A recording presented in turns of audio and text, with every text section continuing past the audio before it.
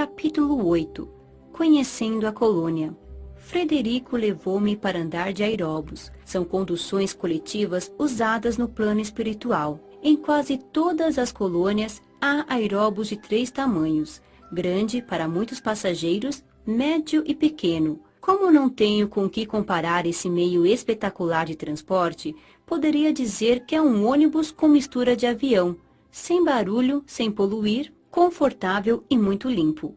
Não tem asas. Tem os pontos certos onde param, para descer e subir passageiros.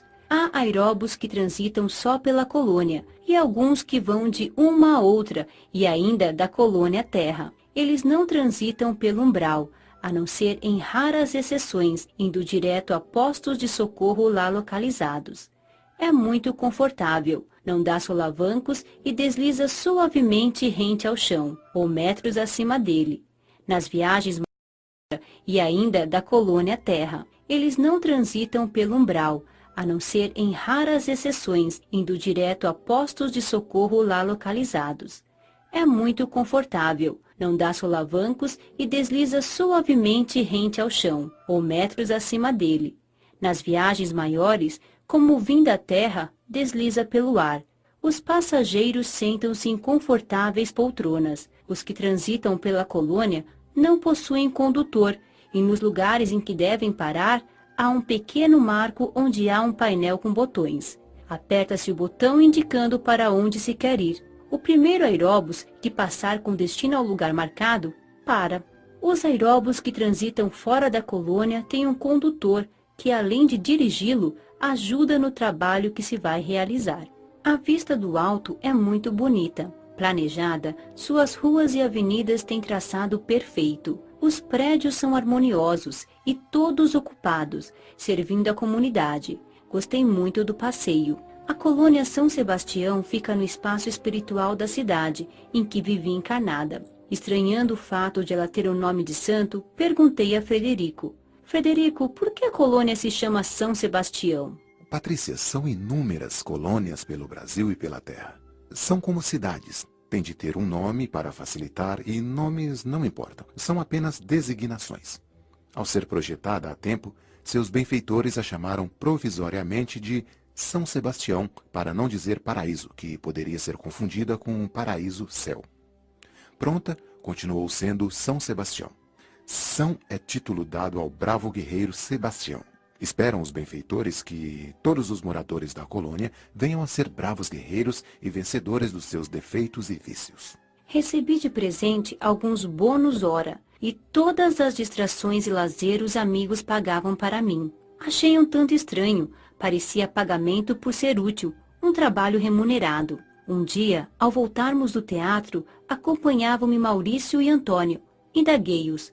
Que é realmente bônus hora? Patrícia, Maurício elucidou-me. a maioria dos homens trabalha por estímulo, para usufruir de um prazer ou sensação. A maioria não concebe ainda a humanidade como uma só família. Com a perda do corpo físico pelo desencarne e para que não percam o estímulo de trabalhar, é necessário que continuem recebendo algo como prêmio pelo seu trabalho. Mais tarde, os levará a fazê-lo por uma causa maior, por amor. Espíritos superiores veem as colônias como lugares de transição e o bônus hora como um período de evolução.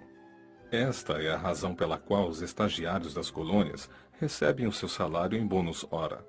E quem trabalha muito e por muito tempo, como os governantes, os instrutores das colônias, também recebe? Maurício continuou a elucidar-me. Os instrutores não mais necessitam de prêmio por serem bons, mas por amor à família humana permanecem nas colônias, no meio dos aspirantes. Para não os menosprezar, não se destacarem e não serem confundidos com vaidosos, usam os bônus para se igualarem ao nível dos moradores que ainda pensam em prêmios e castigos. Todos utilizam o bônus hora, para não haver grupos de protegidos e de desprezados. Os que trabalham bastante e que poderiam receber muito, solicitam somente os que lhes são necessários.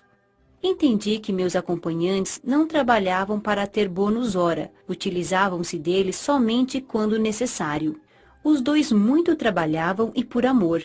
Curiosa, indaguei-os novamente e desta vez foi Antônio que respondeu prazerosamente. Há nas colônias os que não trabalham e por isso não têm direito ao bônus, ao lazer? Há, mas o estágio nas colônias para esses espíritos não é longo, e nem pode ser, porque ociosos não se afinam com as vibrações delas. Eles, fatalmente, na primeira oportunidade, reencarnam em meio a espíritos ociosos, onde vão sentir falta do conforto que tiveram e não valorizaram. Lugares que visito com frequência e de que gosto realmente são as bibliotecas. Elas diferem de tamanho dependendo da colônia. São maiores e mais completas nas colônias de estudo. Também há bibliotecas nos postos de socorro, só que menores.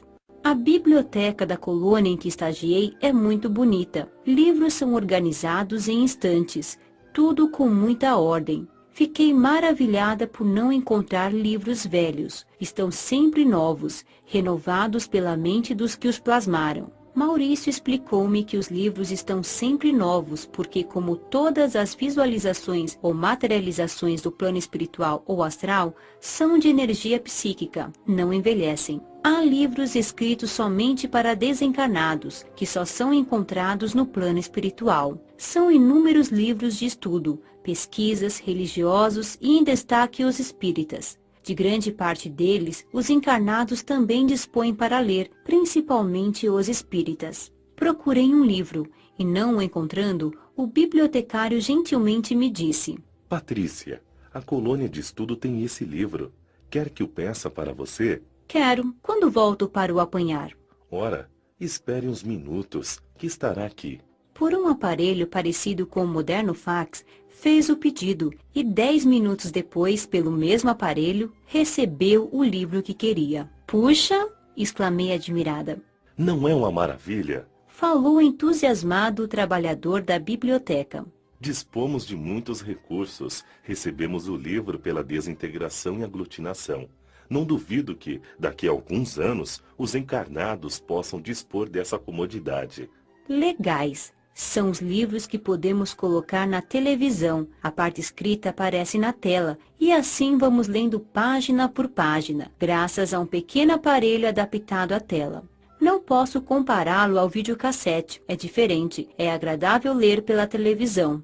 Próximas à biblioteca estão as salas de vídeo, também chamadas de salas de estudos computadorizados ou salas das TVs, e podem ser ainda conhecidas por outros nomes. É um galpão enorme repartido em salas, conforme o assunto a ser ventilado. São lugares confortáveis e agradáveis. Há, em cada uma das salas, vários e eficientes computadores, que podem ser ligados por controle remoto. Na frente de cada aparelho, há 10 poltronas muito bonitas e confortáveis. As telas variam de tamanho. Se queremos ver ou estudar um assunto individualmente, regulamos a tela ao tamanho pequeno, ficando com uma televisão de 20 polegadas. Se é para um grupo, regulamos para o tamanho médio. Se é para muitas pessoas, para o tamanho grande, variando de 2 a 5 metros. As salas não são tão altas assim, têm somente 3,5 metros. Esses aparelhos podem ser locomovidos, se for necessário, para projeção maior. São várias salas com os assuntos marcados na porta de entrada. Os temas para estudo são sobre as colônias, perispírito, química, física, terra, planetas, etc. Uma sala interessante é a das religiões e da Bíblia. Ao visitarmos uma dessas salas, escolhemos um assunto para pesquisar.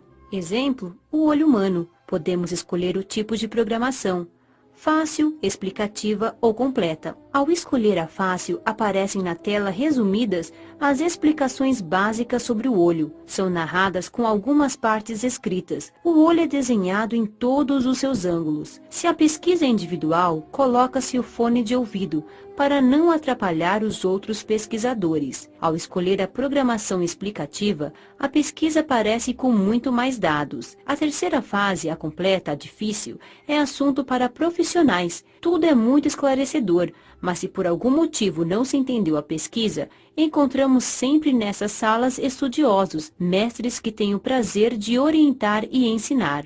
Há a sala para a distração, que possui desenhos animados, bons filmes, alguns dos quais os encarnados veem, e outros feitos por desencarnados. Tem histórias bonitas, que instruem e divertem. Há a sala de jogos eletrônicos. São para o lazer. Os orientadores procuram esclarecer os frequentadores da sala de jogos, porque estas são para educar e distrair, e não para levar a excessos. Os vícios são todos combatidos. Comparando, podemos dizer que essas salas são uma mistura de cinema, televisão, computadores, aperfeiçoados. Só não usamos do bônus hora para entrar nessas salas, quando estamos em pesquisas da escola ou de curso de estudo.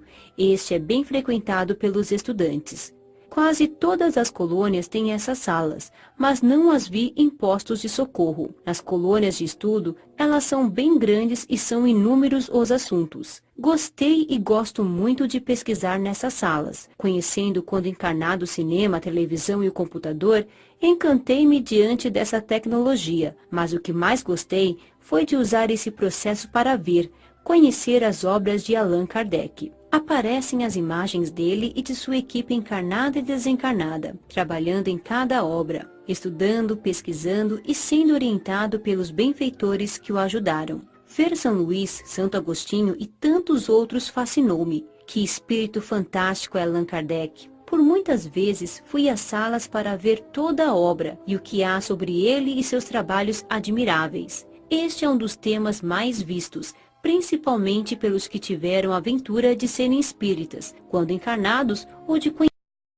Por muitas vezes fui às salas para ver toda a obra e o que há sobre ele e seus trabalhos admiráveis. Este é um dos temas mais vistos, principalmente pelos que tiveram a ventura de serem espíritas, quando encarnados ou de conhecer sua grandiosa literatura. Maravilho-me com tudo isso, afinal, quem não gosta ou gostaria de dispor dessas facilidades?